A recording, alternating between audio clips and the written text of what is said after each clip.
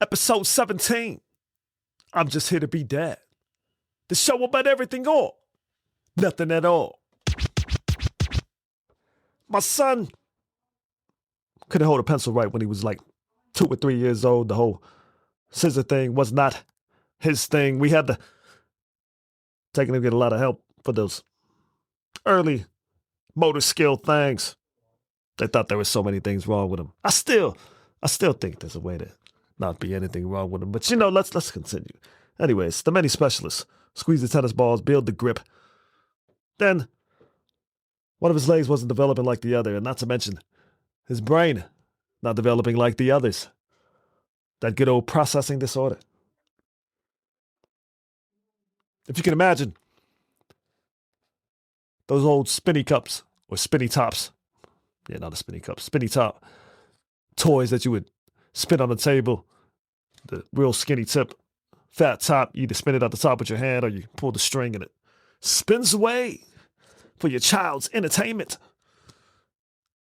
That was like one of his legs every time he would run. And tried to avoid surgery for the years through therapy, different specialists here and there, but the leg was not legging. So fast forward through all the docs, MRIs, CAT scans, the works.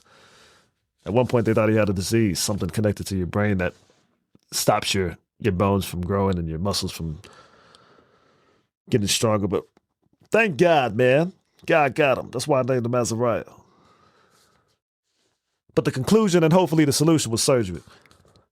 Something we obviously sought to avoid. Not to get into too many more details. I feel like I already said too much. I'm going to have to listen this over. But they took some things out, put some things in. They had to break his foot intentionally.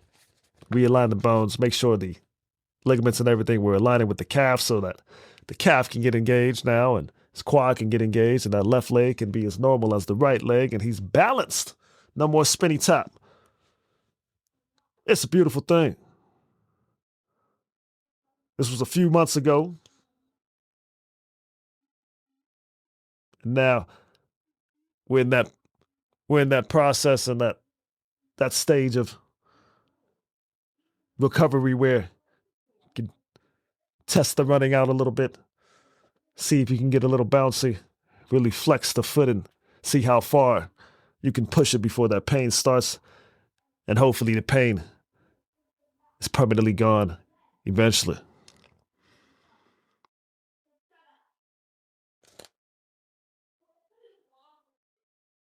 But from the driveway to the gym, my boy is shooting. Both feet on the ground for the first time in a long time. And I'm watching him. I'm watching and I'm thinking, as corny as it sounds, this is what hope looks like. Not the highlight. Not the real, not the roaring scream of the crowd. Though that day is coming for him one day, little man. Dream big, follow through big. But there's something about that feeling of watching your boy with all the things and obstacles he has to go through. That right there, both feet on the ground, the smile on his face, the fact that he can even feel different as he's walking with the earth beneath him. It's bigger than basketball. It's a metaphor for life. Because basketball is just a catalyst. I can give a damn. If he played, he's actually really good at golf. I'm trying to get him to lean more at that. That boy can golf. But he loves it. So I use it as a catalyst for his life because he has all these different mental disabilities as well. But the look, and any dad loves this when you see whether they're standing flat for the first time as a kid, or maybe you had a kid that did have an injury and they're standing flat. And it's just that look on their face, that confidence is coming back, that swagger's coming back, that feeling of I got this. And you can see it in them. And it's like you just want to keep that fire going. And like I said, it's way bigger than basketball. It's both feet 10 toes down, ready for the world. But there's something about a driveway that's somewhat nostalgic, motivating, inspiring. Like watching the old 90 movies when kids were outside, bikes all over the driveway, street full of kids hooping or playing football, hockey, or just kicking it. No crowd, no coach, no performance, just you, the ball, your friends, and whatever you actually are when nobody was grading it. The driveway now is both physical and a metaphor for wherever you want to be.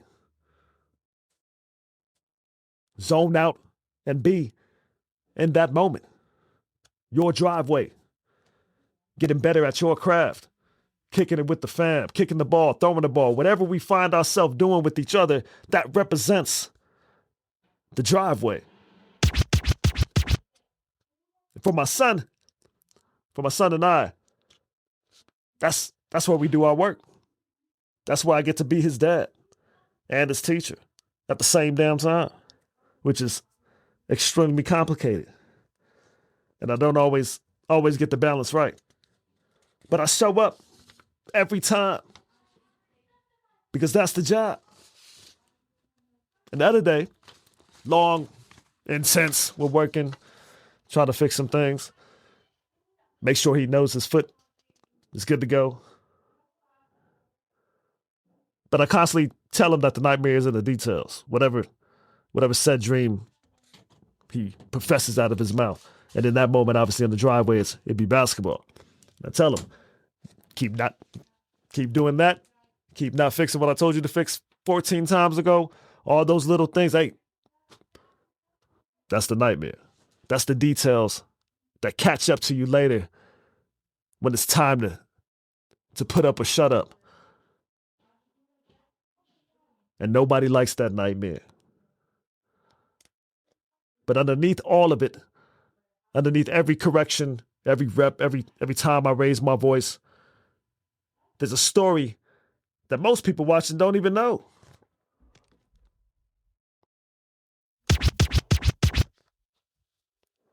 Next shot. I probably said it like 1,000 times. Miss one, next shot. Lose your form, next shot. Get frustrated, talk back, lose focus, next shot.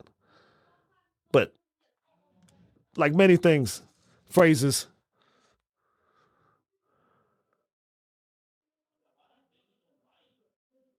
ideologies, you name it, we don't always come up with those on our own. And I did not come up with that phrase on my own.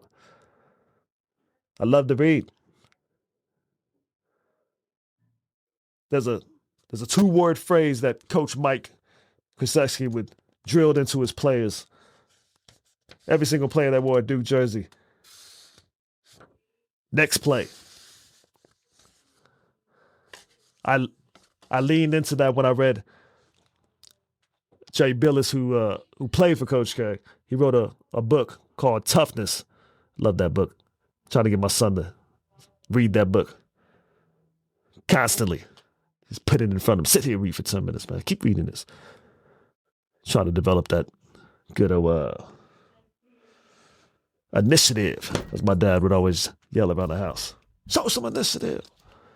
But in summation, whatever just happened, good, bad, ugly, you were trained to immediately shift your attention to what comes next without dwelling on what had already happened. Obviously, that's way easier said than done, but it better get done. Basketball, though, like life, is problem solving, one after another. And the moment you're still processing the last problem, you're already behind on the next one. Next shot, next play isn't about forgetting what just happened. It's about refusing to live there. And that's the real definition of toughness that Billis is going for in the book. It's not the grit in your teeth. It's not toughing it out. It's composure. It's the discipline. It's the staying present. Every possession after possession after possession, decision after decision in a game and in life. There's no time to sulk, cry, get frustrated, even less time to stay in that funk only to get mad later that you failed. That's the one thing I tell my son that I hate is when you get mad, you know you're getting mad, and then later you're going to be mad about the fact that you got mad because you missed the opportunity while you were beaten. Nigga, excuse my language, but I mean, just don't be mad in the first place. Second chances are unpredictable, undeserved. Not everyone gets that moment. And the sad part in a lot of young people's minds, this entitlement that they do get that moment, like they're guaranteed a second chance, and we're not. Sound like an old head now. That's funny. All right. But to think that you got time to be mad, sad, frustrated is foolish, because you don't. Not in a game, not in practice, and damn sure not in life. Life is swift, and how we respond in pivotal moments increases the quantity in our time on earth, or it can quickly, very quickly steal the moment before we even get a chance to experience it. Never too small for the moment, never too big for the moment. But every difficulty from his brain to his body, we got to find a way to overcome.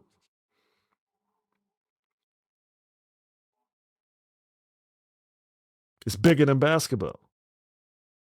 Like I said, that's the catalyst for the life that will require him to stand tall when doubt, pain, anger, frustration, and even more, all of that crowns itself as king and demands him to bow down.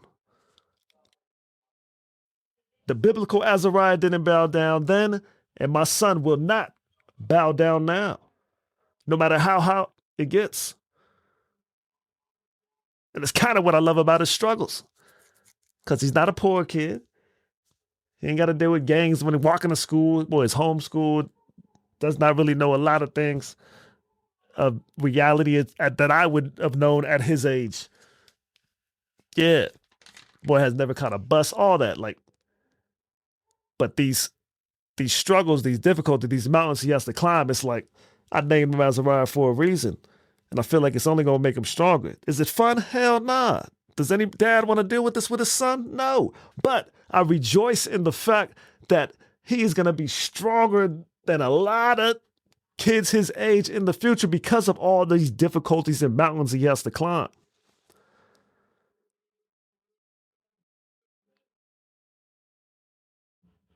Azariah want a four in the fire.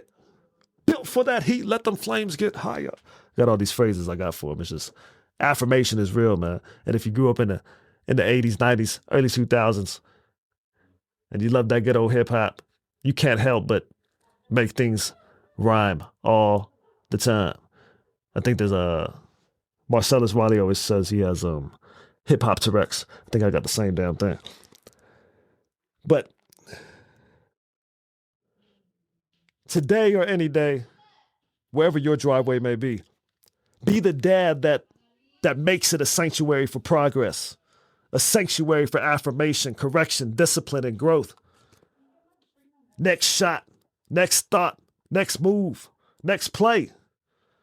You got this, Dad? And happy Saturday. Thanks again for tuning in too. I'm just here to be Dad. The show about everything or nothing at all. I'm your host, Anthony Yan.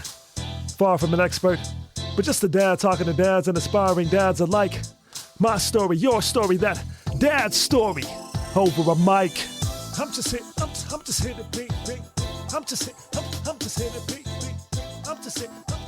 to be. Hey yo, it's hard to maintain, but I'm just here to be.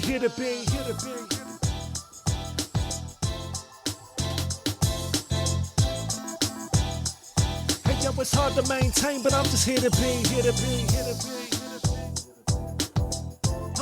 I'm just here to be dad. Click, comment, subscribe, share. Instagram, Facebook, Spotify, YouTube. And for all things dad, visit